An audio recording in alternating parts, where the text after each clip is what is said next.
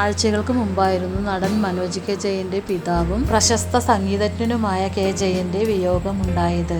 വാർദ്ധക്യത്തെ തുടർന്നായിരുന്നു അന്ത്യം. സിനിമാ മേഖലകളിൽ നിന്നും പ്രമുഖരടക്കം നൂറുകണക്കിന് ആളുകളാണ് ആദരാഞ്ജലികൾ അർപ്പിച്ചത്. അദ്ദേഹത്തിന്റെ മരണത്തെ തുടർന്ന് സോഷ്യൽ മീഡിയയിൽ പരിഹസിക്കപ്പെട്ടത് മനോജ് കെ ജയന്റെ ഭാര്യയുടെ വീഡിയോ ആയിരുന്നു. ഭർതൃപിതാവിന്റെ വിയോഗമറിഞ്ഞ് പൊട്ടിക്കരയുന്ന ആശയുടെ വീഡിയോ ആണ് പരിഹസിക്കപ്പെട്ടിരുന്നത്.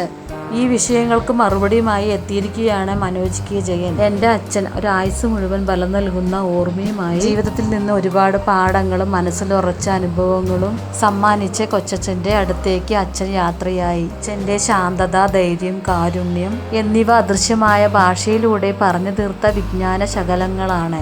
അച്ഛന്റെ നിശബ്ദത പോലും അർത്ഥവത്തായ സംവാദങ്ങളായിരുന്നു എന്നത് അച്ഛന്റെ വേർപാടിന് ശേഷമാണ് ഞാൻ തിരിച്ചറിയുന്നത്. അച്ഛൻ ഭാഗ്യവാനായിരുന്നു. നേടാവുന്നതെല്ലാം നേടി. പത്മശ്രീ പോലുള്ള ദേശീയ ബഹുമതിയും മറ്റ് അംഗീകാരങ്ങളും എല്ലാം നേടി. സ്വന്തമായ ശൈലിയിലൂടെ ഈണവും ആലാപനവും ഭക്തജന മനസ്സുകളിൽ എന്നും നിറഞ്ഞു നിൽക്കുന്ന ഗാനങ്ങളിലൂടെയും ശ്രീകോവിൽ നട തുറന്നു എന്ന ഗാനത്തിലൂടെയാണ് ശബരിമലയിൽ ഇന്നും നട തുറക്കുന്നത്. അയ്യപ്പസ്വാമിയുടെ അനുഗ്രഹം എത്രത്തോളം അദ്ദേഹത്തിന് കിട്ടിയിരുന്നു എന്നത് ഇതിലൂടെ തിരിച്ചറിയുന്നു. വളരെ അഭിമാനിക്കുന്നു. അച്ഛൻ ജീവിതത്തിൽ പുലർത്തി വന്ന കൃത്യതയും ധൈര്യവും ഞങ്ങളുടെ ജീവിതത്തിൽ പ്രേരണയായി ശേഷിക്കുന്നു. ജനമനസ്സുകളിൽ അച്ഛൻ ഓർമ്മിക്കപ്പെടുമെന്നുള്ളത് വളരെ സന്തോഷമായ കാര്യമാണ്. ആശയുടെ വരവാണ് എൻ്റെ ജീവിതത്തിൽ അർത്ഥമാക്കിയ കാര്യമെന്ന് ഞാൻ പറയാം. ആശ എൻ്റെ ജീവിതത്തിലേക്ക് വന്നത് ഏറ്റവും വലിയ ഭാഗ്യമായിട്ടാണ് ഞാൻ കരുതുന്നത്.